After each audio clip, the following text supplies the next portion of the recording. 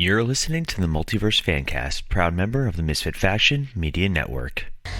Hello. Can't believe we've met. Lucifer Morningstar. Lucifer Morningstar, as in... The devil, yes, exactly. So tell me, what is it you desire?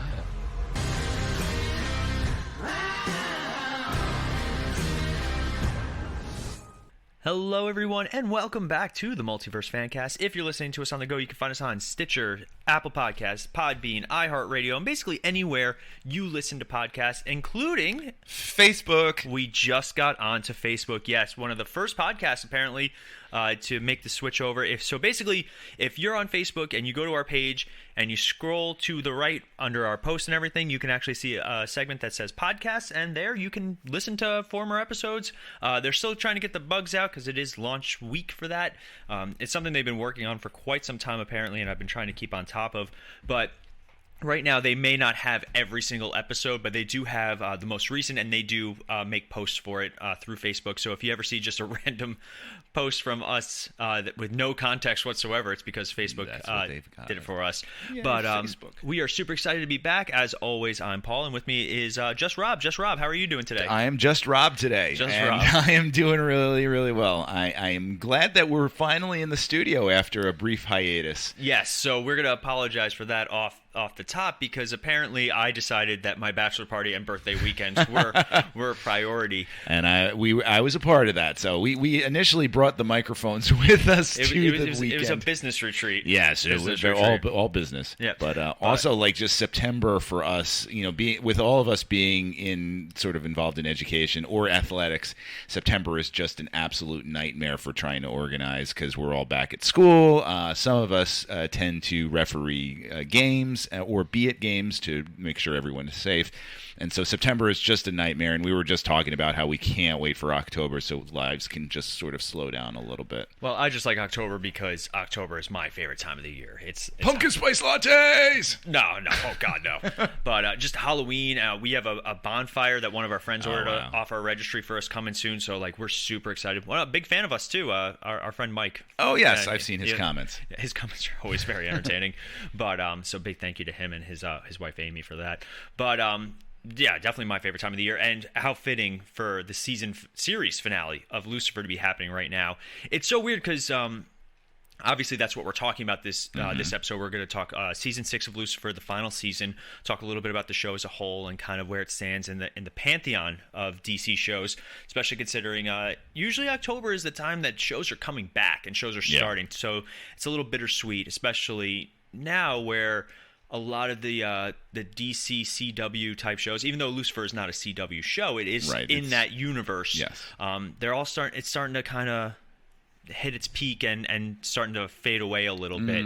Yeah, it had its heyday, and now it's going off gently into the sunset. I think the CW Arrowverse will be very fondly remembered, and it is because of the CW Arrowverse that I even started watching Lucifer. And then I think I was the one who told you, you got to watch this show, you'll love it. And you and I, Rob and I are very, I don't want to say we're comic book purists, because there are types that are like, this is not like the comic book at all.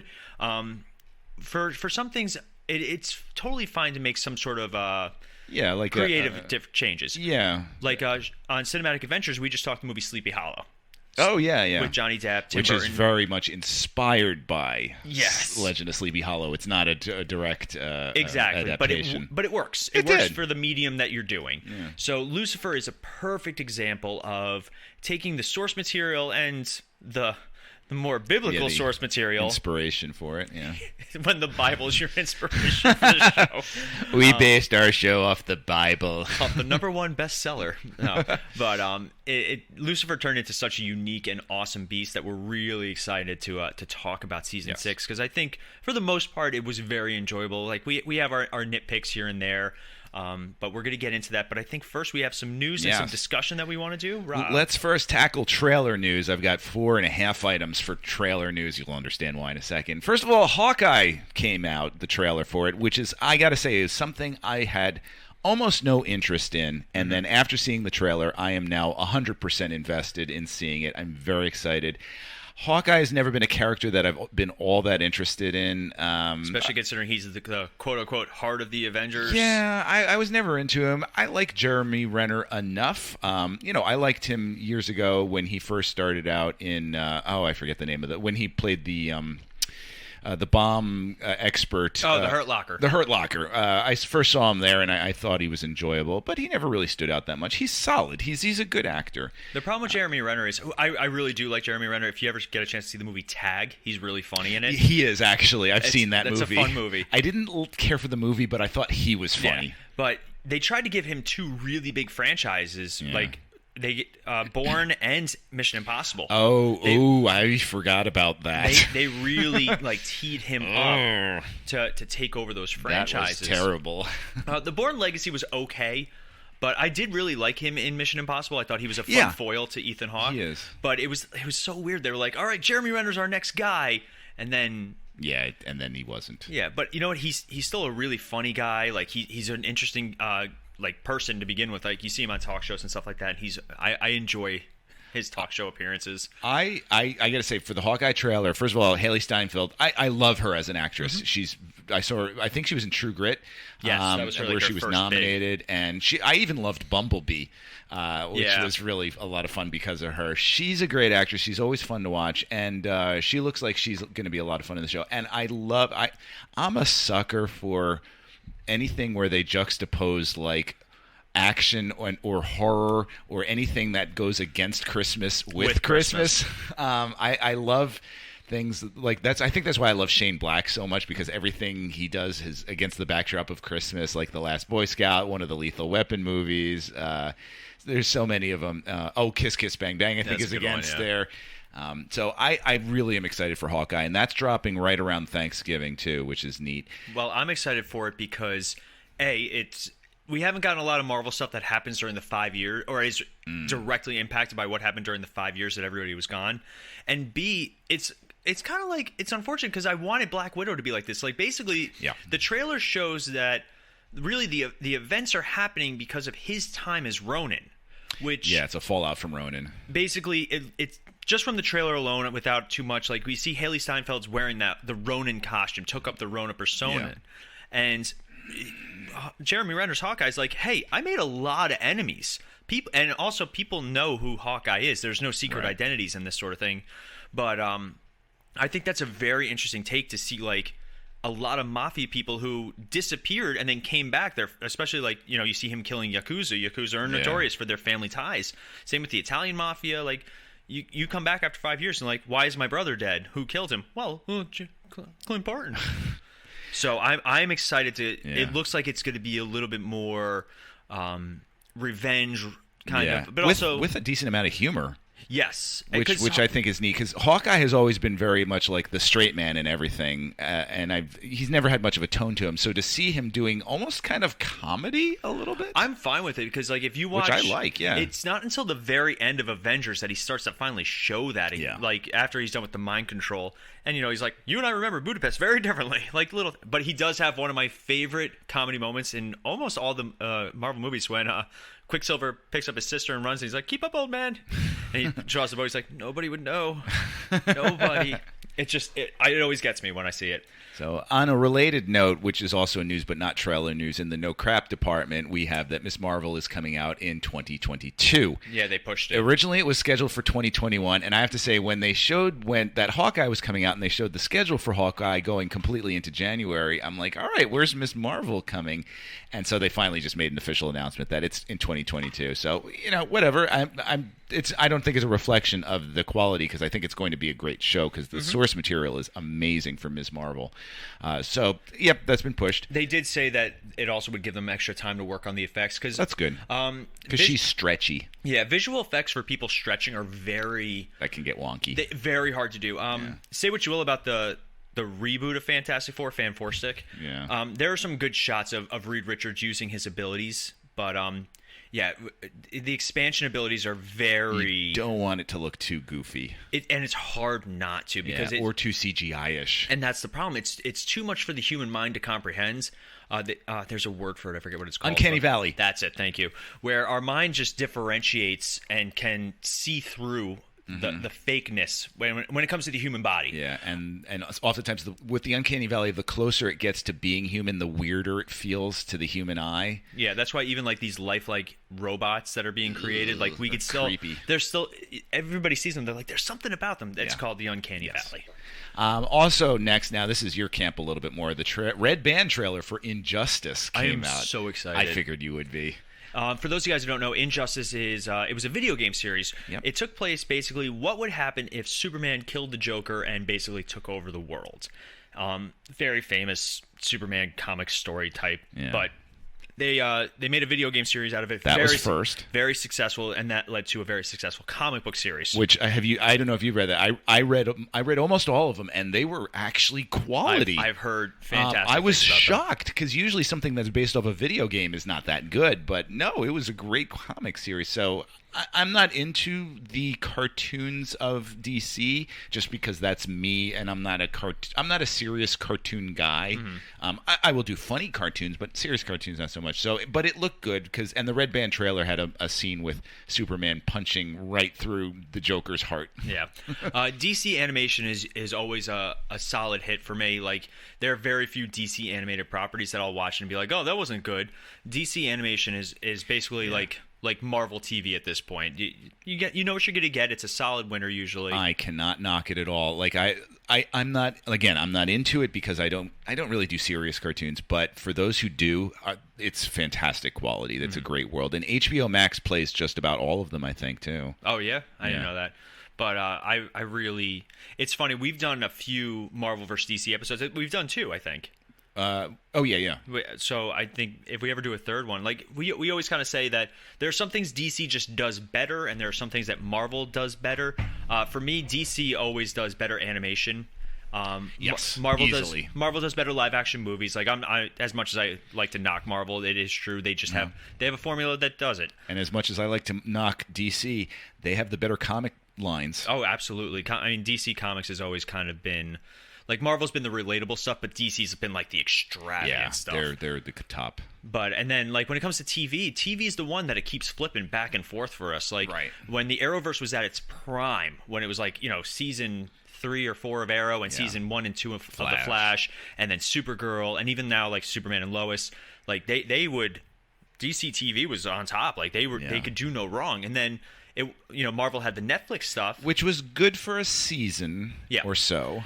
The only one of those Marvel Netflix shows that I really enjoyed throughout the entire run was Daredevil. Oh yeah, I still have to see season 3 of that. It's fantastic. It's really good. Jessica Jones, close second. Yeah, even the first season's fantastic. The second season's it's hard to top. And then there's that show we don't talk about, Luke Cage. Iron Fist. Yeah, I know. And then the Defenders is really what we don't talk about, unfortunately. Because at least like with Iron Fist, they tried a little bit harder in season 2, but that's neither here nor there. Next in trailer news, just recently the Sandman trailer I haven't dropped. Seen it yet. Oh, it's fun. I gotta say, I have read the Sandman comics. They are not easy comics to read, and I struggled tremendously with them just in trying to grasp what's going on because they're philosophically very deep, and they're thematically rich, and they're very artsy. But watching the trailer for the Sandman, I was quite blown away because there's images directly pulled from the comics. I'm like, wow, there's that panel and there's that panel. So I think they're going to be very, very faithful to it. Yeah, I'm excited. It looks fun. Also, The Witcher season 2 trailer dropped. I just posted it on the Facebook page. Did you? Okay. Yeah. Do you watch The Witcher? Oh yeah. Oh, you okay? Oh, I didn't. It's Game of Thrones you don't watch. Game of Thrones. Melanie watched Game of Thrones. I did not. Yeah. But we watched The Witcher and we loved The Witcher. Yes. I hate to say it. I'm such a Henry Cavill fanboy. I know. Like I really just. He's just one of those guys. He's one of those guys that he's like. Well, first of all, he got made fun of in high school for being fat and overweight. Yeah. Like I'm like, resignation. Okay, I can relate. And then he's just like such a cool dude, and like he'll talk about like he's like I've got anxiety. Like I'm considered like a sex symbol now, but he has a comfort dog named Cal.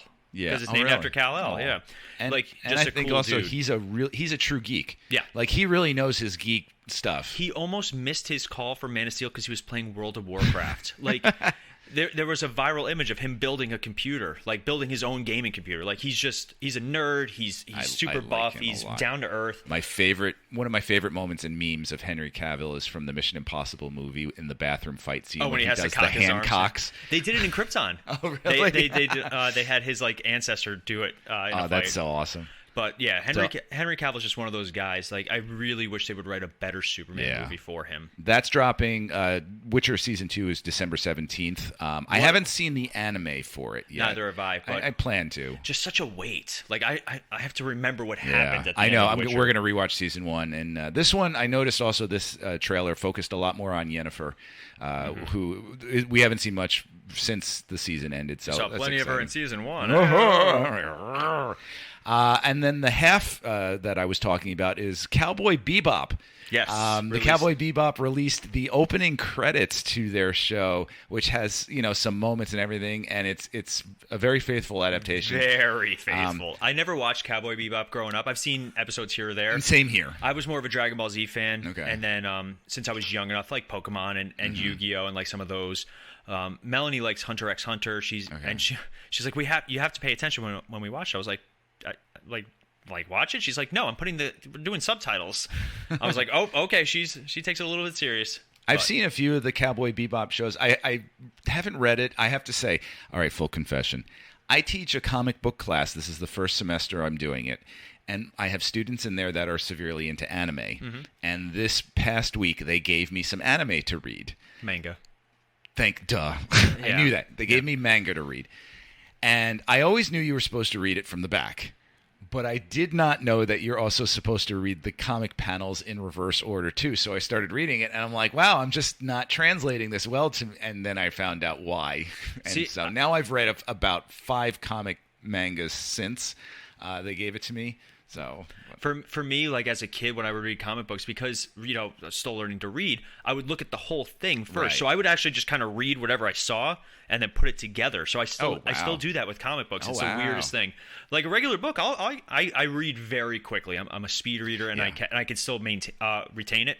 But for comic books, for some reason, when I open up a comic book, I kind of look everywhere really quick and then start to put it together. You're probably more of a visual learner. Way more of a visual. Yeah. I'm also a discussion-based learner. Like if I talk to somebody about something, I have a much better understanding and grasp. Stronger. I'm not a good test taker. I'm not a good. Here's A, B, C, or D. That doesn't surprise me, considering hearing those things about you. Oh yeah, I like interaction. I like to.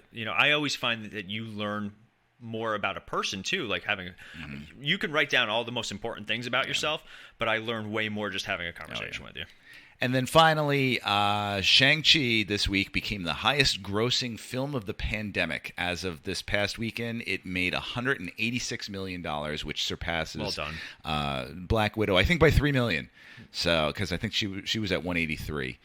So congratulations to Shang-Chi. And it is still going strong. It is, I think, just about every weekend. Yeah, this past weekend, it was the #1 film. Yeah. Well, September didn't have a whole lot of other films dropping. No. We're going to see it drop down when Venom comes out. Yeah, that'll be then, next weekend. James Bond comes out the following week. Yeah. We thought that came out in November. We were all planning to do Bond month first. And then Dune comes out, and even though that's coming out on HBO Max, that's still going to be a theater thing. Yeah. So, yeah, I think this is the last big weekend for Shang-Chi. But that's very exciting that it's become sort of a cultural touchstone and become as popular as it is. Not even that. It's also just a nice indication of where we are in our country with the pandemic and all that. Because we're going to talk about, obviously, the pandemic affected Lucifer and all those shows.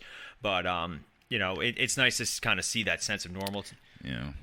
Unfortunately, that also means that next year I'm going to have to pay more to go see movies because they won't be right on HBO Max anymore. No. And again, Shang-Chi, I think that's also just a sign that sometimes just quality stuff does well. Also quality, and I do firmly believe that the fact that they didn't stream it on Disney Plus right away, I think that helped. It massively helped because the ticket sales alone, because you have a family of 3. Yep. And you pay $30 for your movie. That's $30. Yeah. Your average ticket price is $12. Yeah. Like it doesn't sound like a lot, but times that by everybody in the world. And also we don't know how much of that Disney Plus money actually goes to the actual box office. Right. Businesses are hard and complicated, and Scarlett Johansson's still suing. we are full scarlet on ScoJo on this. Yeah, we are 1,000%. We're voting for you, ScoJo. Yeah, I think that the Hollywood movie industry is very broken in who makes the money, just because it still has the same rules from 1922 when the talkies were big, and that's the problem. Like your average guy who works on a theater, like on a movie, they have to work almost year round. Like it's just it's grunt work, and you're getting paid pennies. Me personally, like I like Keanu Reeves. He's like, oh, I made $10 million, but I gave 9 of it away to the staff. As someone who worked in a movie theater in 1989, I was earning $4 an hour. I love it. But I think until I got a raise to 4 1/4. Yep. Oh, because they had half a trailer come out. But any other news? That's it. That wraps up the news. All right, so we're going to take a quick break, and when we come back, we are going to jump right into Lucifer Season 6. But first, a quick break. Today's episode is brought to you by Ray's Energy Drinks from Rep Sports. Whether you're trying to crush your afternoon workout or just need a little extra pick-me-up, Ray's Energy is just the boost that you're going to need. So if you go to repsports.com and any product that you order, enter the code MISFIT89 at checkout to receive 15% off. Anything that you guys buy from that store helps our network grow, and we fully appreciate everything you guys do. That's MISFIT89 at checkout, repsports.com. All right, we are back, and we are finally talking about Lucifer Season 6. Now, this was announced at the end of Season 5 as being the last episode of the series, or excuse me, the last season of the series. Obviously the 6 being such an important number in religious text. Devil lore. Devil lore. Yeah, that sounds so dirty. But so it was released at the beginning of September. They, as per Netflix tradition, they released every episode all at once. I know my wife and I spent the week watching it because I think part of us wanted to really savor it and enjoy that show. Lucifer is one of those weird shows that gets us oddly emotional at times. Before this, I remember the Season 5 the last episode, or the second to last, where Dan dies, was one of, like, Mel and I were watching it. Yeah, like, that was fairly almost emotional. Just when Trixie was begging Lucifer to tell her that her dad really wasn't dead, and then we find out Dan's in hell. But anyway, so this season we were really looking forward to it. It's more commonplace nowadays that shows know when they're getting a last season. It's almost like it's like a production in itself. Like, I think Lost was one of the first ones to do that, where they knew that this was it. Smallville did it, so they spent their 10th season as a love letter to the fans. Brooklyn Nine-Nine just did it, and oh man, that one hit us. I heard it hit us in the feels hard. The last episode, but Melanie doesn't watch Brooklyn Nine-Nine, but I do. I watched the first couple seasons. I loved it. I just kind of ran out of time. I thought it was so good, and it was such It's very funny. A fun escape for me personally. Oh yes. That makes sense. Yeah. Well, given. But so this was the chance that the show had to tie up its stories. And the problem with a show like this is you're dealing with cosmic events and cosmic beings. How do you end a story satisfyingly for all of these characters? So rather than go episode by episode, I think we're going to talk character by character, because each character in this show has a story.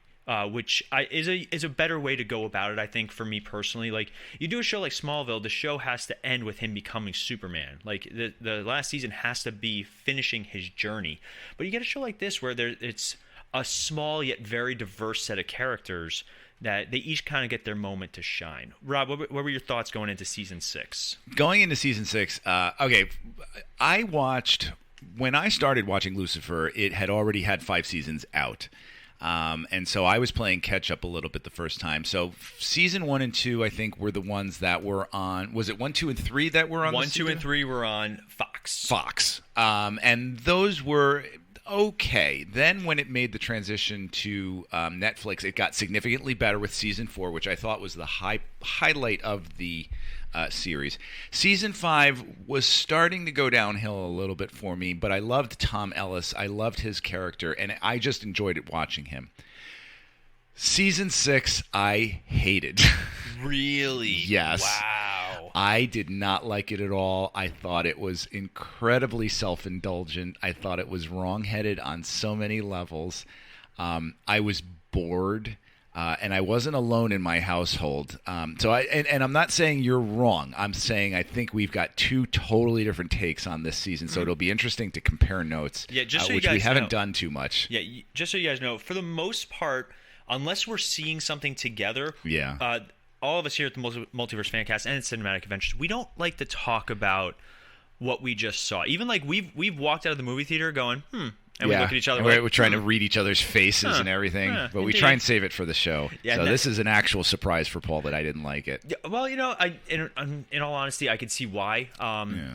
For me, it ended because you can't give the character Lucifer a happy ending. I'm sorry, like I hate to say it, but for the most part, most characters had some satisfying stories. Oh yeah. And, I would agree with you. endings. I didn't feel unsatisfied. Like I felt like, okay, that's a fitting end for that character. Like at the very end of the season when spoilers, by the way, we're going to spoil this whole show. At the very end of the season when you had him having his own office in hell for helping people, I thought that was actually clever and well done. My problem that I had was I thought they had too few plots that they were just stretching over 10 episodes. Which is weird because I know you felt the opposite. Well, same vein though. Very similar vein. My problem with season 6 was it's almost like they had too many small ideas that they wanted to devote time to just for them to be like, we only have 10 episodes. Yeah. I think this show would have been better with maybe 15 or even just 1 or 2 extra episodes because when we talk character by character, I'm going to talk what we like, what we didn't like. And just a reminder, this is just our opinion. It is we try and keep outside things in the world like COVID or whatever, politics, etc. out of it, unless they directly relate to the story, which in this case some of these things do. So just everything with a grain of salt. We're all just trying to express our opinions. But I felt that, and I think this was the main problem I had with the show this season, was that season 5 ends with him accepting the mantle of being God, and now he just has to ascend. And it took, for me, forever for him to finally come to some decision about whether or not to do that. To me, that should have been like a 3-episode arc, and they splintered it over into, I think it wasn't until the 8th episode that he finally tells Amenadiel that he doesn't want to do it. And I didn't think it needed that long time. In our household, Lauren and I, my wife and I, we sat down to watch it. We were fairly excited, knowing that how much we love Tom Ellis. The first 2 episodes, we were like, okay, good. This is hitting all the right spots. The 3rd episode was the cartoon episode. It was good, but I started to see some red flags there. By the time we got to, I think, the 7th episode, Lauren just said, I think I'm done. And she tapped out, so I ended up watching 2 episodes by myself. So she hasn't seen it? Well, no, she didn't see episodes 7 and 8. She's like, just go ahead and watch it on your own, and then, tomorrow night when we sit down to watch, I'll watch picking up from wherever you left off. Oh, wow. So, and then she watched 9 and 10, and even she was like, yeah, I don't feel like I missed much with 7 and 8. So I did not enjoy it. Okay, that's fair. Yeah.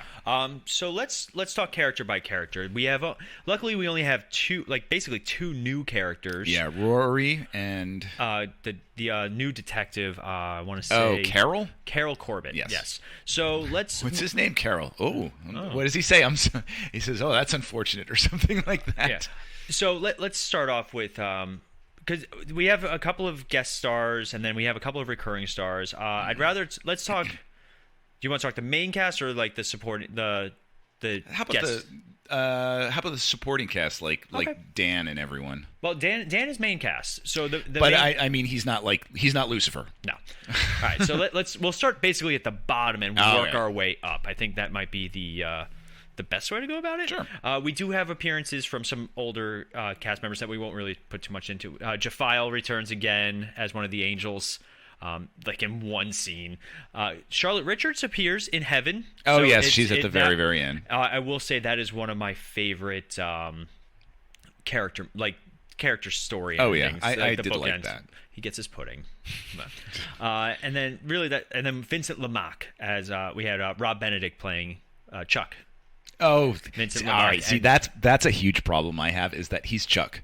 Oh yeah, I see him. It's Chuck from Supernatural. It's no one else. It's Chuck. Melanie's about to get into when Chuck turns into real Chuck at the end. She hasn't gotten there yet. She doesn't know he's actually gone. She knows he's God. Okay. What kind of God he actually is. Oh. Yeah, we're on season 12. We stopped to watch. We were watching Manifest and we were watching this. And, we have Scarlett Estevez returns as Trixie. She's not really in it. She's like, we that was a running joke for us in our house of like, where's Trixie? We said that too. Like Trixie's barely in this She's season. at science camp. So obviously, with COVID-19 still in effect and Delta variants and this and that, it's unfortunate that Trixie. Oh, you think that's why she wasn't around? I have a feeling that they unfortunately, even when you see her, like. She's barely in it. Like, how old is that actress? Oh God, I have no idea. Okay, here it is. She was born in 2008. Okay, so she's old. Timmy's a month. She was born March 1st, and Timmy was born April 8th. Oh, look at that. Oh, they're the same age. Yeah, so she's still very young. So she's 13. Yeah, so no vaccine for her, nothing like that. But she's eligible for it, but whether or not she got it, I don't know. Well, I think they film in. I don't know if they film. Oh, wait a minute. That's right, because when she filmed, she would have been too young to get the vaccine. Yeah, and plus, I don't know where they film. I don't know if they film in Los Angeles. I don't know if they film in Vancouver. Right. Which a lot of these shows do, but yeah, I think the first time we see her is. It's at the wedding. Yeah, I think my best friend's wedding. That was at the wedding, and then she's in it for like 3 seconds, and then we don't see her again until she's talking to. We see her, I think, one time after. Yeah, there's one time at home, and then we see her with Rory. We do see her also talking to Dan while he's in Lamac's body, and that's where Dan. I'm sorry, that's what I meant. Yeah, I got that. And that is one of my favorite scenes in this season. That was a good scene. It is a very powerful scene. Say what you will about Chuck. He's Chuck. Yeah. I can't think of him as anything else. Rob Benedict is not only is he a great director, he does a lot of good directing work, but he's also a decent actor. Like I've seen him in a bunch of other things. Mm-hmm. He's very good at playing like the squirrely kind of guy. He is. But having him play basically a serial killer mobster and Dan in this season, I thought was fun. I think if I didn't know him from Supernatural, I'd buy into it. I could see that, yeah. But I do like how he refers to himself as Belios. That's the demon he was playing. Oh, okay. That he was playing with him. But it's a very powerful moment, and unfortunately, for child characters, the development doesn't happen until they're adults. Yeah. So really, Trixie's just kind of there. But apparently, she was in the flash forward. Trixie, I didn't even notice her when Rory comes back. Okay. After time traveling. And she talks to Chloe on her deathbed. Apparently, Trixie's there. I didn't even notice. Okay. Which that was another scene I didn't understand. In that scene, Chloe is only like in her mid 50s, and she looks like she's about 80. She's way older than that. She's. No, because Rory time traveled 20 years back. I don't remember if they exactly say, but they do specifically say that Rory is much older than she actually looks. So, and that time works or for Rory, time works differently. Like she's way older. So I think it was actually further on. Maybe. But she looks like she's 20 years old. There were times where we're like, I don't understand why they're making this choice in the show and this season. Time travel is a risky choice. Yeah. So like when we saw her that old, we didn't quite understand. And if that is true, what you're saying, they should have been more clear about that because I didn't quite understand why she looked so decrepit. I think they do specifically say. I think Chloe's the one that's like, I die in 20 years, and Rory says, no, I just look like I'm 20 years old. Okay. I'm much older than I actually look. I didn't get that. Yeah, that was when the first episode that they explained to it.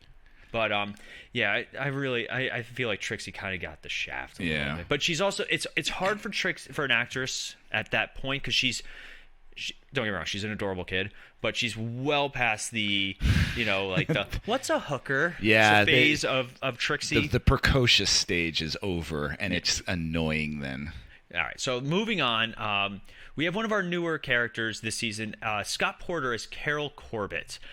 I really liked Carol. I liked him. He was just such a nice and genuine guy. They did introduce him at the last episode of season 5 at the funeral. Oh, okay. Because that was the guy that Dan wanted to set Ella up with. Yes, I do remember that. Yeah, I did like him. I thought he was a very good, solid character. I liked that he was, struggling privately with alcoholism, which I thought added layers to his character. Yeah. And like they didn't go for some of the easy tropes with that sort of thing. Like when she spills the champagne on him, he's not like, "Oh no, alcohol!"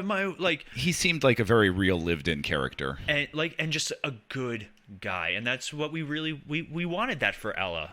For a character that arguably I think most of the fan base and us fell in love with. Ella's just a great character. They focused on Carol a lot in the first few episodes, and then they kind of got away from him. And maybe that's another reason why. Because I liked the first handful of episodes, and I wouldn't if I was advising anyone about the show Lucifer. I'll save this a little bit for later, but I would say with this season, the first few episodes are decently solid, and then if you skipped to the end, I think you would be okay. Yeah. Because I think there's a lot of I think the middle is a lot of just waiting time for people to make decisions, with Lucifer and ascending and everything. But yeah, okay. All right, so Carol Corbett, good addition. Yep. We have Eve coming back. She's still she's not a main cast member, but she is still a recurring, played by Inbar Lavi. I want to say is. I couldn't. Yeah, sure. Let's go with that. Producer Melanie and I both agreed that we liked Eve a lot more this season. Oh, yeah? Why? I don't know if I have an opinion. I'm just wondering. When they first introduced Eve, she was the worst. We hated her. Oh, really? She was the first girlfriend, the ditzy party girl. She was a sorority chick. Just no substance. Yeah. And in this they finally show her she's standing up to Adam, who is the worst. Oh, but he was written to be the worst. I hated Adam. Yeah, I really hated that. But that whole was thing. That was the point. The point was for us to just not like Adam. And Eve is much more rounded as a character. I do cringe when I see her do fight scenes though. She does the spinning back fist. I'm like, what are you doing? Get out of here. But I liked her and Maze, and I liked what they brought to each other. Yeah, I liked their wedding vows and everything. I thought that was cute. Melanie hated the scene though where Dr. Linda was trying to psychoanalyze them at dinner, and Amanda just Linda. That doesn't seem to ring true. I think that's maybe why I liked Carol, because that seemed authentic, whereas some of these other moments just seemed scripted. Yes. Yeah, Carol and Ella had just a very natural, organic chemistry about them. Even Maze, it was written. Don't get me wrong, the actresses are fantastic, and they do have a certain level of chemistry with them. Yeah. But I liked Eve a lot better this season, and I'm glad that they made her into more of a strong, independent.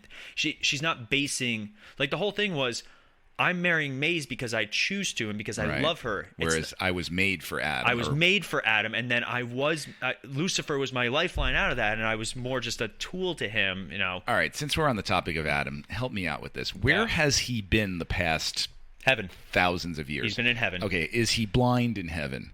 Why is that? Because he doesn't know what men are like nowadays. So they haven't really told too much about how heaven and hell works in this universe. We've seen heaven, and it seemed more like just a paradise that everybody just kind of hung out in. But I don't know. They never really address it. He never figures out until he starts interacting with people that men aren't like that anymore. They're which also leads me to believe that when God created Adam, he created men as pigs. Just absolute chauvinists. Well, it's also a product of that. What were we talking? We were just talking about we were talking about Sleepy Hollow and how different it was just in 1796. Okay. The richest people of the town were in charge of the town, and it's just a very different time period. And I hate to say it, I don't want to offend anybody. If you're highly religious, I'm not trying to offend, but the Bible does not always portray men in the best of light. Well, the Bible was written by men. It depends on who you ask. But First Timothy says all Scripture is God breathed. I know my Scripture. Yeah, no. But if you go, the further back you go in time, the more men are depicted as those pure chauvinists, and also women are depicted as the frail, fragile handmaidens and stuff like that. There are several books of the Bible that were written by women with women as characters that were written out because it was men who were putting the Bible together. Yeah. You know, like King James. But unfortunately, like that is, I think it's also, I think making Adam just such a terrible person is also kind of like not a dig at the Bible, Yeah. but also like hey, this is how men were written back then. I'm not saying it's off-brand. It was just strange that Adam was like that still. I don't think so at all. Yeah? Do you know why? Why? He's the first man. Every man is based off him. Yeah, but every man thinks he's the first man. I know, but Adam literally was. So for Adam, the idea of having to change won't resonate with him. All right. I was the first. I did it. Wieners. Like I had the first wiener. That I can see Adam. Stand back, Eve. I don't know how big this thing gets. That old gag. Yeah. She picked a snake over him. We know how big it gets. But anyway, yeah. So I think for Adam, the idea he did not live among people. Right. Yeah. To a point. Thinking about that. Okay. Yes. So yeah, we don't know what happened to Adam and Eve once they left the garden. We do know that Adam has been. We know they Adam and Eve are the toiled. first humans in the Silver City. That is established in the mythology of the show. Of Lucifer, right. Yes. They did have 3 sons, Cain, Abel, and Seth. I'm really upset that they didn't bring back some of those characters. I liked... Cain was a great character. Cool. That would have been cool. Because he's obviously in hell. Yeah. I mean, we would assume. And then... I like that actor, too. Tom Welling? Yeah. No. The one who played... Oh, that's right. Yeah, he was Cain. Yeah. Who's the one... Who are you thinking? It'll come back to me. Give me a minute. Are you thinking of Abel? Because Abel's played by a woman. No. Keep going. All right, but anyway. So Eve was a character that I really did enjoy, and I'm glad that they kind of gave her a little bit more character development. She wasn't just I'm the girlfriend for the sake of being the girlfriend, which was almost written in the Bible. I did like how he constantly mentioned Lilith, though. And that was just like, my first wife was the queen of demons. All right? You wouldn't be normal either. So, okay. Yeah. Oh, you got it? Lucifer, the guy who plays Earl Johnson. God Johnson. The guy who thinks he's God. Yeah. Like, I wish they'd brought that character back. Because that actor's name is Timothy Omenson.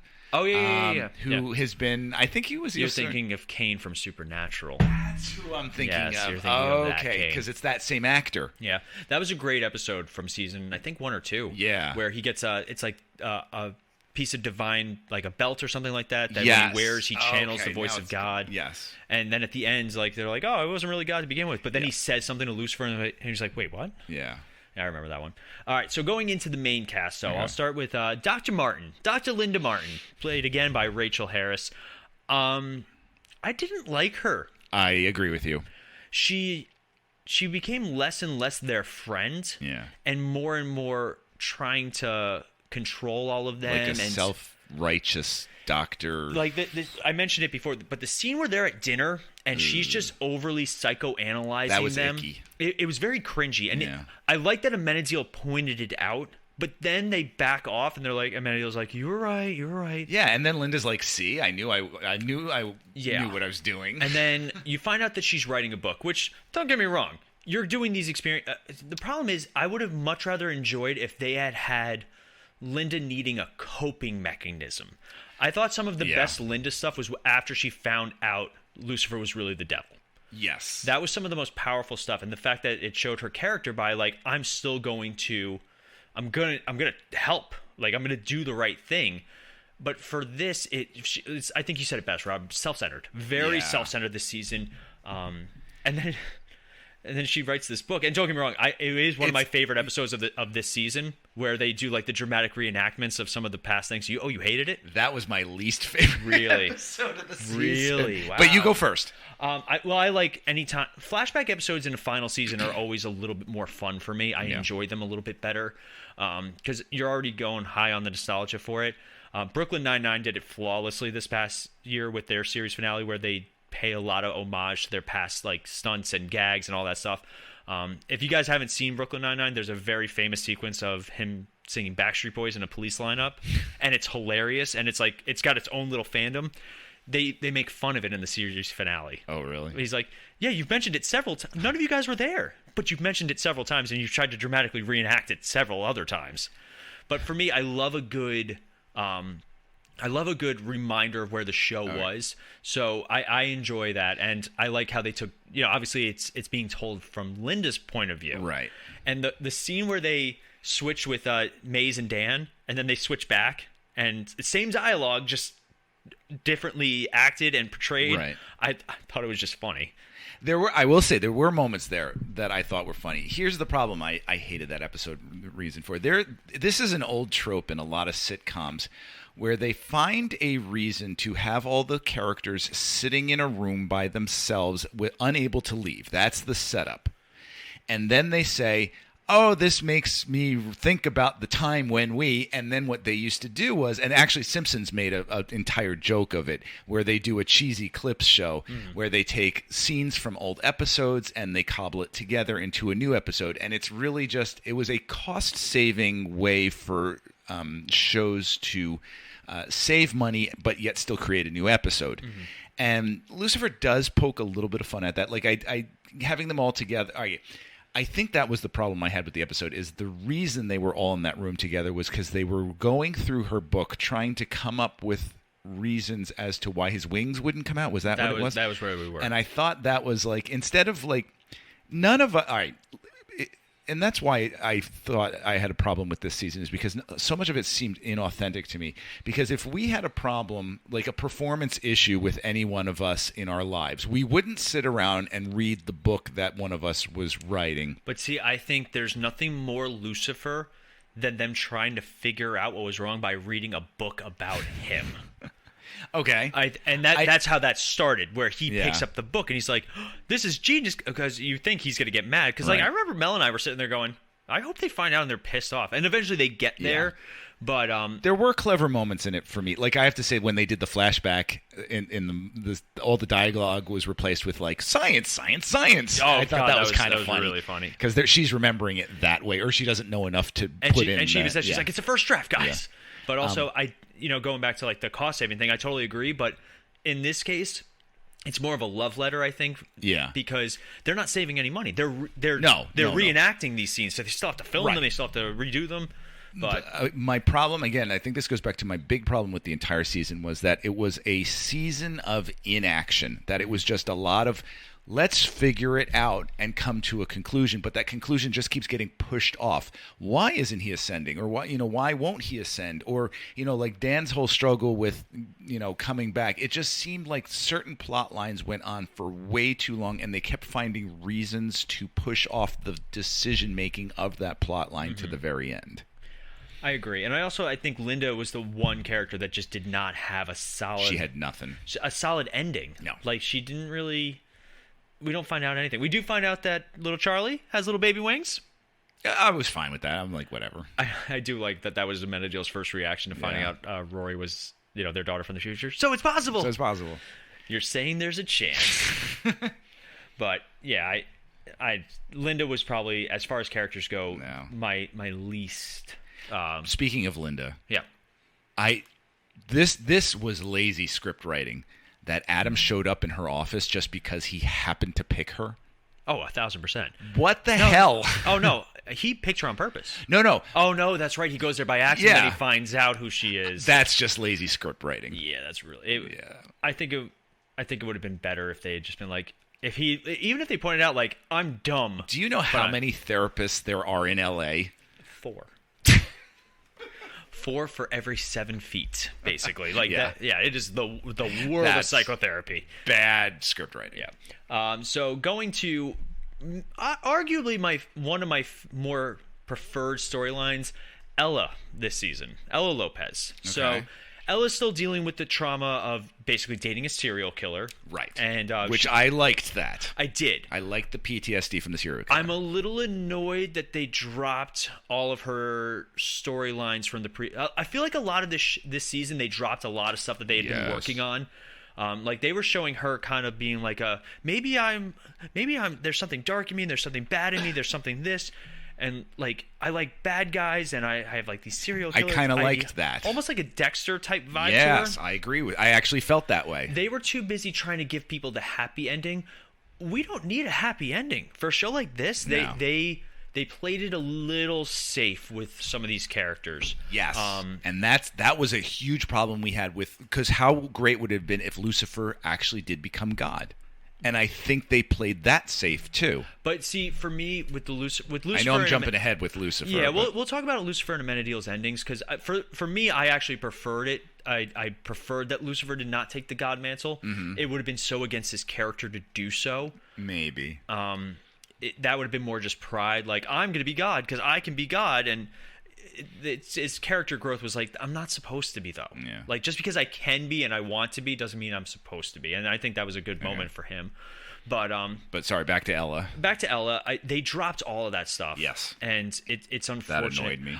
Don't get me wrong. I enjoyed her kind of picking up the pieces and kind of being like figuring things out. She's the only character that figures it out on her own, and I do feel for her when she goes on her drunken tirade and she's like, it's only because you didn't tell me. And Lucifer's like, well, I mean, technically I did several times. I was very upset that she did not make a bigger deal about finding out that she actually hugged God. For her as a character, like as part of her, like I thought she would be like, oh my God, your dad gives the best. Oh God. And then just faints. But I'm happy she got her happy ending. I'm happy she got with Carol, who I thought was a good match for her. Yes. But because he also, again, he has his own demons, but they don't even bring up, like she could easily say, I have my own demons too. Like let's figure them out together. Because that's what real people do. It would have been a great story. And again, this is why I feel like they were missing an episode or two. Yeah. For Ella to be like, I would have been okay with an Ella Corbett focused episode, like just where it's that's his name, Carol Corbett. Oh, that's his last Carol. name. Yeah. Oh, okay. I'm like, who's Corbett? Well, because Lucifer refers to him as Corbett for most of it. Okay. But I would have been okay with an episode devoted to the two of them. I feel like there was a part missing where Ella, because all of a sudden Ella we see her, she's got a board with yarn. Yeah. And like, okay, what was the catalyst that prompted that? Mm-hmm. There was nothing. Yeah. It was all of a sudden just one day she went, hey, and just kind of put it together. And that's, something needs to happen to push a character to that conclusion, and we didn't get that. And like, no. And that was again one of my big problems with this season. I just felt it was lazy script writing. Yeah. So going to other lazy script writing, Mazikeen. Okay. I love Maze. Oh, Maze is fantastic. Is probably one of my favorite comic book adaptation characters. Yeah. She's complex. She's especially now that she has a soul, like which they do bring up, a demon having a soul. Yeah. She's one of the only ones on the entire. I mean, they bring up other demons and having at the wedding, which is a fun gag and all that stuff. Oh yeah. But for Maze, I don't know where she kind of fit in this season. No, she didn't. She has some great scenes though. Like when the scene with her with Rory, I love how she's like the first one to be like, "You're messing with us. Don't even try." Yeah, it just seemed like Maze got pushed to like comic relief and but also like sage advice out of nowhere. Like she drops big advice to Lucifer, but then I don't like how she pushed Eve so far away. Oh, by calling up Adam? Not even by calling up Adam, by torturing and like it just. That's not on brand. I feel like we're past that part of Maze, and I would have just enjoyed. You could still be a badass, but also just be emotionally vulnerable. She had almost no story. I would have preferred her having struggles with a soul. I think that would have been a much better story. Maybe she needed to go off to science camp. Science camp. But like you see her when Dan dies, you see her a wreck because her and Dan have one of the best friendships that grew over the show. Yeah, that was kind of neat. I really enjoyed, and they never any sexual tension, never romantic tension. But they sort were of that like just. Oh, we're doing things we shouldn't be doing by possibly killing people and getting revenge. Like it was kind of funny, and they just dropped it. When Dan dies, she's probably the biggest wreck next to Chloe and Trixie. Like she's because now she has this soul and this burden of emotions. They could have done so. Like look at Supernatural. I think season 6 was a lot of fun just with Soulless Sam. Oh like yeah, that concept. And they towards the end, I was getting a little bit. Well, because towards the end, they made it more like he's like. Almost useless without it. Like towards the end, I was a little like, okay, let's move past this. The fairy UFO episode. That's the one that really just kind of. Which one was that? Where Dean acts as like they have they think it's UFOs, but it's Yeah. actually fairies. But if you're not watching Supernatural, I know it's 15 seasons, but once you get I was there, I get it. But once you get started, it's hard to you stop. get so sucked into it that it's such a joy. I didn't realize how much I was missing out with Supernatural until I started watching it. I really can't I can't give enough credit to and Supernatural. you can always do I can't recommend it enough. You can always do seasons 1 through 5 and leave it at that. Yeah. That's what Sean did. But for me, like, if they had done something with Maze where it was more like, I'm getting all these new feelings, these things I've never felt, and I don't know what to do. There was no development. I think that would have been a lot more. And that could have led to the same kind of drama, just in a more organic way. Mm-hmm. Like, they could have talked about it like, well, why are you getting cold feet all of a sudden? Because I'm feeling things. I've never felt nervous before. Yeah. I've never felt anxiety before. They could have done a lot and talked about the human soul and, like, how powerful it really is. I have a whole theory about this, which I'm going to give to you in a minute. Okay. Do you want to move on to our next character Yeah. choice? Let's talk about Dan. Dan was the character we felt the worst for, I think, this season. I enjoyed what they did with Dan.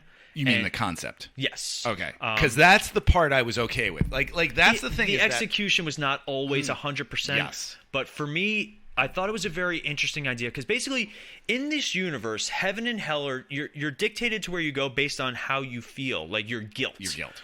And Dan's struggle is he's in hell for thousands of years playing ping pong with Belios because he can't figure out what he feels guilty about. And I like that about Dan. He's like, I led a good life. I took care of my family. I took care of my friends. Like I died saving somebody's life. Like I did all these. And I did bad things, but I came to terms with them. They're not, and because he never goes into his hell, so he never experiences what his internal guilt is. So it starts off with the mystery of it. Good. I like the beginning. Right. I like the end where he finally realizes I feel guilty because I left my daughter, not because of something I did, but because my choices now lead to my daughter not having her dad. I abandoned my boy. Yeah. Sorry. But it takes Trixie telling him, hey, my dad died a hero, and I'm proud of him. Yeah. And he did his best, and that's all I could ever ask for. And that's when he's like, okay, I can go to heaven. It's the in-between stuff that started to grate on me a little. It was grating. It was gimmicky. It was goofy Patrick Swayze Ghost. Yeah, Ghost Dan was a great concept. Ghost Dan makes me think of Bill Cosby's Ghost Dad. Yeah, ooh, don't say Ghost Dan. Oh God. Well, Dan as a ghost was an interesting concept because for the most part it was almost a mystery to even the Celestials. They're like, this has never happened before. You know, we've never taken a soul out of hell and put them on Earth because now he's stuck here. He can't inhabit his own body. Then they start showing that he could do things in the world, but it's only when he finally possesses Chuck. Yeah, Chuck. We'll I would have been okay if he had done like kind of the Bobby Singer route from Supernatural, where like he progresses into like almost like something new completely. Yeah. They could have done more with it, but again, they're 10 episodes. They have 10 episodes to figure this out. Dan, beginning and ends, really good. Middle. Yeah, saggy. But it wasn't the worst. Like most middle-aged men, a little saggy in the middle. Yeah. I always enjoyed when Amenadiel would be talking to him, and everybody's like looking at Yes. oldest trope. Okay, and I was fine. They overplayed it. They did, because Like- I was like, why is he still like falling for that and talking to Dan in front of his partner? Yeah. Even better though was Maze ignoring him the first time and then telling him later, "Oh, I could see you the whole time." When he was appearing to Maze and she was not responding, I was hoping that it was just her playing a joke on him, and it what turned does out Maze to be do? true. She's the queen of torture. That was awesome, I gotta say. Well, that's another thing about Maze also. They hyped up her becoming the queen of hell just to drop it completely. Yeah. There were a lot of drop plot lines in Yeah. this season. All right, so let's move on to... I want to move on to Chloe. Okay. I want to save Amenadiel and Lucifer for the end because I feel like they're the biggest... well, we can talk about... We got to talk about Rory also. Yeah. Chloe was such a waste. I feel like Chloe's been a waste for a couple seasons. Chloe is literally the queen of... She's the straight man to Tom Ellis's eccentric, Yeah. but... She's the sounding board. She's the reactionary. She's also just not a good person. Like I would not like she's a good person in terms of ethics and morality. Right. But then like there's the episode where they're trying to figure out who the possible mother of Lucifer's angel baby is. Oh, and then she just shows up in a foreign country all of a sudden at the exact moment when Lucifer is talking to the person. Yeah, and then she doesn't. Deus ex machina. Yeah, and she doesn't. Deus, sorry. She is just a terrible relationship partner. She's constantly lecturing Lucifer about what he should be doing, but then she's like needy and just over dependent on him and crack addicty for a while there with that thing. They could have taken that out completely. Yeah. And I would have been completely. Don't get me wrong. What we're talking about is that she's got, what is it? Menadiel's necklace. And she's got like superpowers as a result. She's got super strength. Well, they showed it at the end of the season 5 that she had it, and it did give her strength to fight. Right, but then she just became addicted to it this season, which I can understand where they were going with it, but A, they drop it halfway through, with no ramifications whatsoever. But I will say B, it does lead to the scene of her talking to Dan. That was a gut punch. That was a real a tough one to watch. Like, to finally be able to talk to your loved one and just be like, I'm so sorry. I think it would have been more. It made more sense if she said, "I have it because of that."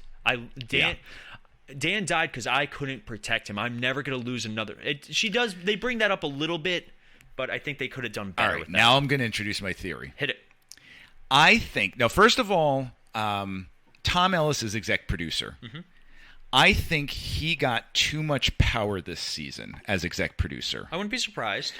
Because there were so many moments that seemed pointless and self-indulgent. And also, being that he was exec producer, we noted that Kevin Alejandro, Detective Douche, directed 2 episodes, which means he had a decent amount of power too. And I think the 2 of them, along with anyone else who is, and I think that they probably gave power to the people on screen. Mm-hmm. People who are not screenwriters. And I think they said, wouldn't it be great if we did this? And they came up with an idea, but didn't actually develop it. They came up with a start to the idea, and it will end this way.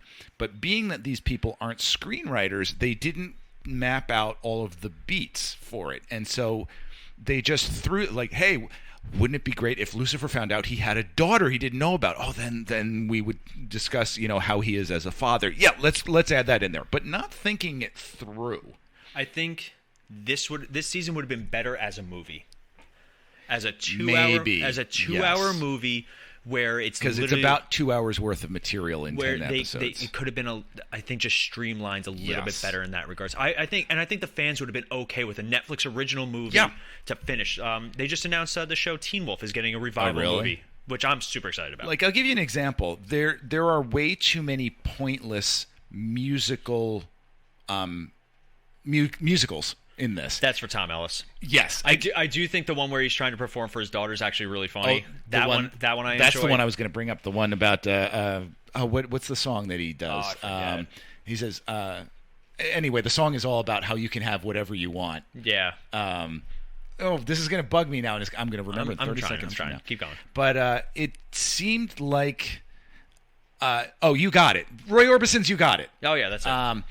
It seemed so, like, all the times when he's done musical performances, and he is very talented. Oh, incredibly. And that's part of the problem here, is that when you give very talented people unchecked power, it goes way out of control. And that's the rule in anything in life.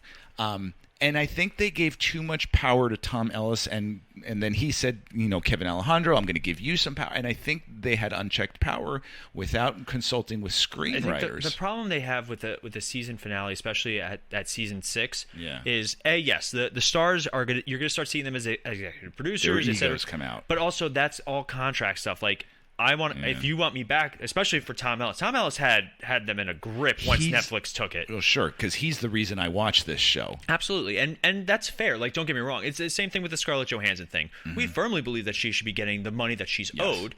And some creative control, because you play a character for so long, the character. Look at Jared Padalecki and Jensen Ackles. They had a lot to say of what happened at the end, towards the end of Supernatural. But even now with like Walker and stuff like that, Jared Padalecki's got a lot of swing, and so does Jensen Ackles. And that's okay. Like, if you want to give a star final say on a lot of stuff towards the end, that's great. But I think they let Tom Ellis and a lot of these people script out the season and say, you know, and I think they didn't think it through. They just went, oh, it'll be funny if we give him a daughter. Well, what are the developments? We'll figure it out as we go along. Well, you know what? I will say that let's talk about Rory then while we're talking about it. Rory's introduced in the very first episode as an unknown angel. Right. She's on the throne in hell. And then she's looking for Lucifer. And then we see Michael in the background, and we don't even see Tom Ellis. Oh, I was so sad we didn't see Michael. Tom Ellis has been very vocal about how much he did not like playing Michael. Really? He enjoyed like the challenge of it, but like he just didn't enjoy it. Oh, I thought he was awesome as Michael. I loved his swagger and his accent and everything for Michael. He was so creepy. Yeah, it was very sad that we didn't see Michael, or at least we didn't get any catharsis with him. No. I thought they were just going to leave him on Earth and let him be like a guy. That's like sad. But instead he's locked in hell? That was no, let me quantify that. I love to hate Michael. Yes, he's a very hateable character. But so we have Rory get introduced, and I'm gonna say the things I like. Her wings are badass. Yes, I like the steel wings. Very cool. The red and steel tip feathers, really cool. And the fact that they actually, the scene where they're taking them off of her is hard, and using them as weapons, like smart and brutal. Like that was some great visual stuff with her. And when she starts to turn devil face almost. When she's melting like that, and like turning into basically her burning dad. Up, and, that was neat. It was really cool. Some things I really liked about Rory. So basically, we find out that Rory is a half angel, half human, like Charlie, and every angel has an ability. Like Amenadiel can stop time, which he didn't do once this season. Yeah, you're right. Yeah. I forgot about that. Lucifer brings out people's desires, which would have been helpful as a cop. 1,000%. Lucifer brings out people's desires. Michael brings out people's fears. Her ability is she time jumps, which making sense. She's related to Amenadiel, almost directly, and she wants nothing to do with her father. So what better way to spite your father than taking something your uncle has? So I liked Rory enough, but then there are some scenes where I get where she's coming from, but basically she was just there. Eventually, you find out she's really just there to put Lucifer on the path, and then we're stuck in this closed time loop. I hate closed time loops. I hate the idea of this happened because you went back, and you went back because this happened, and around and around we go. The looper kind of idea. If anything were to spit in the face of a show like Lucifer, it's the idea is there really is no free will. This was all a plan, and that's not conducive to the show. And that goes against the grain of the show. I think having an appearance maybe from God at the very last episode to tell Lucifer, hey, it's still at the end of the day your choice. And get Allstate. I have Allstate. But, I think that was... Rory was an interesting character, but I got really tired of that. I hate my dad. Yeah. And I'm going to go back to this. I think... As these people, they had great... all of their ideas were great for the brainstorming session. Mm-hmm. And they were great for the ending. Just not fleshed out. But not fleshed out. I feel like they left the fleshing out up to these people, and that's not what they do well. They're good with their idea people. And I'll give you an example. And this is when the first flag came up for me, was the cartoon episode. Mm-hmm. I'm like, okay, this is going to be funny. This is a great idea. Look at Scooby-Doo on Supernatural. Right, which was actually good. One of the best episodes of the show. This one, I'm like waiting to laugh. And I'm like, okay, when is this going to be good? Okay, when he said I'm a smoothie, I did laugh. I'm a smoothie. It was, yes, I liked that. And then it just kept going and going and going. And I was not laughing. Nothing was enjoyable. Again, it was a great idea, but nothing went anywhere with it. And I felt like they just didn't allow them to develop any ideas. Makes me wonder what my hell loop would look like. But talking about ideas, I have a feeling it would be set in high school. I have a feeling it'd be set in this room. Where my microphone doesn't work, but everybody else's does. But and all we do is talk about how great Marvel is. I'm just changing. Superman sucks. No. No, but talking about characters where they really introduce a story just to drop it, and then me personally didn't resonate well with me. Amenadiel becomes a police officer at the end for reasons. I had no problem with him becoming a police officer at the end. It's in his nature. I would have seen it's on brand because he is someone who loves the law. A soldier. He's the angel of justice, basically. He's God's first and biggest soldier. I want to help. Amenadiel is a great character because he comes in very much like Castiel. We're just the shepherds. We're not here to interfere. We're not. And then he ends up not only not only creating a child, but also falling in love with the people of Earth. Yeah. And I'm glad that they kind of got rid of the really like, the fish out of water stuff with him. Now it's just when Ghost Dan, sorry, I'm gonna keep saying it. When Dan pops up and that awkward exchanges, but he decides to become a cop and immediately, and again, we're not gonna try and get too political, but this was definitely filmed in a certain climate. Yeah. Where the idea of police reform and racism in policing was very prevalent. Yes. I'm sure you and many others were uncomfortable with the idea that they portrayed every white cop as a racist. Now, here's what made me uncomfortable. What made me uncomfortable was, first they address it. Okay, I understand it. It is a current topic. Yes. It is something that people are discussing, and I am of the opinion that things need to be, not just in policing though. I'm talking federal government. I'm talking Hollywood itself. I mean, we talked about Shang-Chi for one of the biggest reasons was, it broke the expectation. Yeah. It broke the stereotypes. For this. And I'm not going to say too much on it because I don't want to get too far down the rabbit hole. They introduce it, then they introduce the character from that show, and at first you think, oh, they're addressing it. They're addressing that he recognized it, and he said, apologized, it was a mistake, and I've changed and I'm different. But then he backslides exactly. He backslides, and I'd rather, if you want to do that, you got to commit one way or the other. Yeah. You can't show the good and then go right back to the bad because then it negates the good. Agreed. So for me, if you want to do the story, that's cool. I understand, especially in a big city like LA. Again, setup, idea, good. Execution, out the door. I think it would have been much more powerful for them to stick to him being like, hey, trying to be good. I was wrong. Yeah. Like, and yeah, don't get me wrong. Like with Carol, he talks about backsliding and like, I have an addiction. They could have played around with that sort of thing and still had their moments where Amenadiel's like, you're still wrong. Yeah, which I think we can all agree. You and I can both agree. Having Amenadiel become a cop, great idea. Yeah. Having Amenadiel at the end being partners with Chloe, great idea. So where's all the middle is just falling apart completely. And I have to say, as in this room alone, with the number of people that come through this room, we have people who are Black Lives Matter, we have people who are Blue Lives Matter, we have police reporters, we have people who argue different things, and I think all of us hated the approach that Lucifer had to this. Because I think the most important thing, and this is a conversation for a whole other podcast at this point, is having the conversation, being able to. Right. Rob and I have very different outlooks on this sort of thing, but at the end of the day, we can have a very civil conversation, and we still look at it, and we can look at each other's, respect each other, and look at each other's perspectives. This show, like and unfortunately, a lot of shows are doing it where it's one extreme or the other. Yeah. And there's a middle road that we can find, and then it ends with, Amenadiel. Like, don't get me wrong, when they introduced that his field trainer, who then became a detective, I was like, yes, cool, I like that. Yeah. And she stayed a beat cop because she wanted to help the people. Cool, I like that. That's a great story. You can address the problem and not ignore it without going so far to the extreme, and then they just drop it. Yeah. And Chloe, and then that's the inspiration for Chloe to come back to the department to fight systemic racism. I think they had a point A and a point like Q, and they didn't know how to follow the alphabet to get from one to the other. Yeah. So don't get me wrong, I love that Amenadiel is now God. If ever there was a character on that show that should have become the new God, it was Amenadiel. You watch the show, you kind of see that that's where it might have been building to, but yeah, the stuff in between is really hard. It was cringy almost. Like if you want to watch season 6, first 3 episodes, last 2, and you're good. Now let's talk about, because we're running really over. we're over an hour. Okay.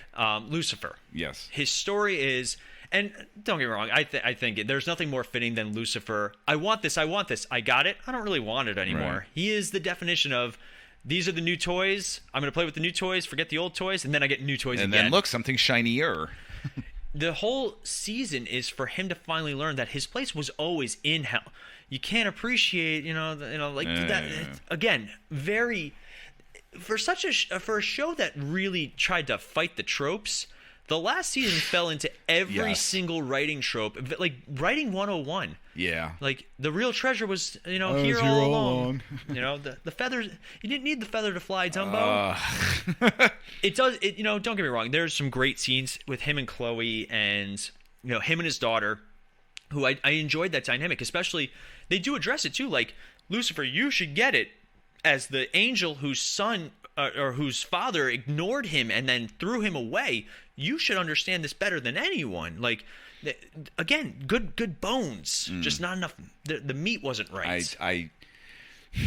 A big part of me too really wanted him to sit on the throne of God. Yeah, it would have been just such a nice middle finger to organized religion. Oh, 1,000%, and that's why I think that's one of the other reasons, because this show has gotten a lot of flack from organized religion, probably from the Catholic League, I would imagine. Very much so. Yeah. The idea of Lucifer being the good guy. I gotta say, as someone who was raised in Christianity, and faith has been such a big part of my life, I gotta say it really challenged a lot of my beliefs and thoughts about Lucifer, and thinking that, because history is written by the winners, and it made me rethink the character a little bit, and how maybe there are some good points there. He's not the embodiment of evil, because he ultimately, as far as angel lore goes, he was an angel who fell for whatever reason. Now, Milton made it so that way it was because he wanted to be God, and he had the army with a third of the angels with him and everything. That's not biblical and supernatural. That's not biblical. That's Milton. But it made me appreciate the character a little bit more, and helped me see all sides of the argument better. Yeah. So for we've talked about Supernatural a lot. It's hard not to compare because they are very tied in the same genre, and with so many actors that go between the shows. So they portray Lucifer very similarly in the first 5 seasons, where basically he was like God's favorite angel. Yeah. When God created humanity, new toys, right? He's like, I'm not going to bow to them. They're flawed. You, God, are perfect and everything. I'll bow to you, but I won't bow to humanity, and that's what caused the Civil War. Similar to this.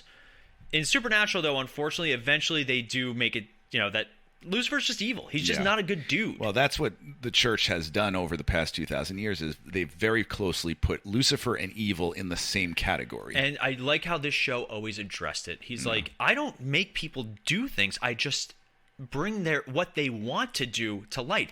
Yeah. They're the bad guy. Like, human beings Humanity is the one that manifested evil, not Lucifer. Yeah. Which is neat. He just gets the blame for it. So, for me, I think unfortunately, the only logical place would be to have Lucifer in hell, but now he's, because of his time on Earth, he is helping people. Who knows how many souls he sends to heaven? Yeah, which I like that idea and that concept and where he ends up, but again, it's getting there is just. Yeah, and then him and Chloe end up together in hell. That was a very nice moment when she meets Amenadiel at kind of the bridge, and you think he's going to take her to heaven. But he ends up taking her down to hell to live. I got a question. Maybe you can answer this. Amenadiel, up on the throne of heaven, is able to come down and visit his family and all the people on Earth. Correct. Why can't Lucifer? Well, I'm sure he could. No, because remember, he says, if I take this, I'm never going to see you until you come down here. No, he can't see her until she dies, because then it'll break the time loop. Rory has to believe that her father is completely so just don't abandoned. show up to Rory. I know, right? Sneak or around. Why couldn't he every once in a while, when there's Rory's second birthday, he could be peeking through the window or something. For all we know, he did. Yeah. For all we know, we don't. Also, it just seemed like kind of a cop out that he wasn't allowed. Time travel closed loops are always the cop out, because they make rules. Script writing reasons. Yeah, I mean. They could be like, it would create a paradox if Rory saw me, as a child and then knew that I was there, blah, blah, blah. These are the architects of the universe. I'm pretty sure they could play with time loops. Oh, I'm sure they could. But they have to end the show. So, Lucifer Season 6, if you were to give it a Star City rating. All right, I got to be honest without being mean. You want me to go first then? Yeah, you go first. I'm going to give it a 3. It's above average. Series finales are either good and satisfying or really bad. So this one, there are things that I was disappointed with. That's one of the best things about marinating on this show for a little bit too.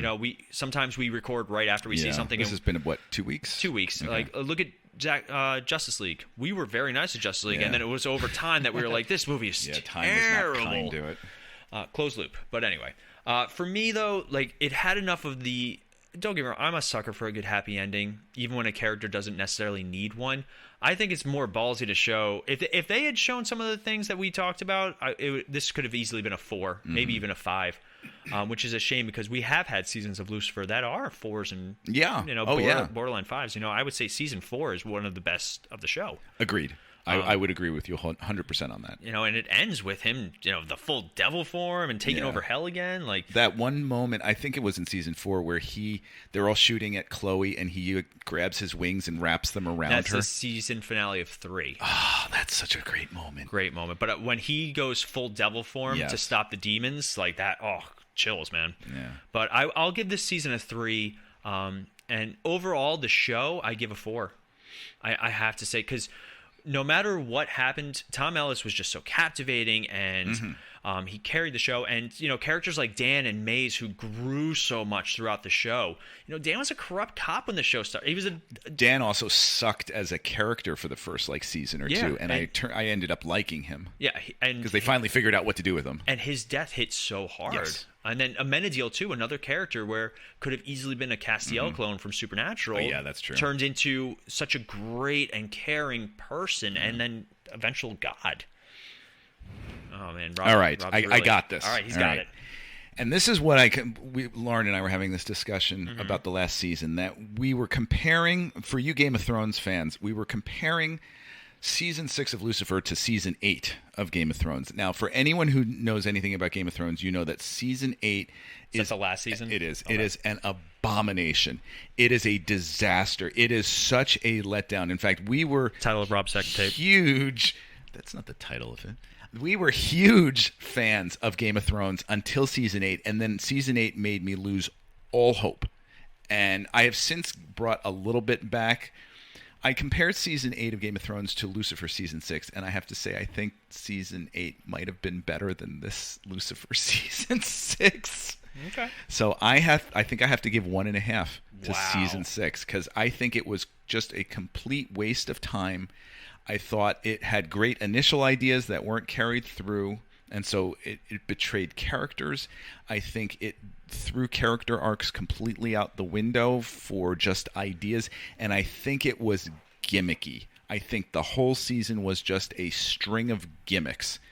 Gimmick is Ghost Dan, cartoon Lucifer, an episode where we're just going to read a book.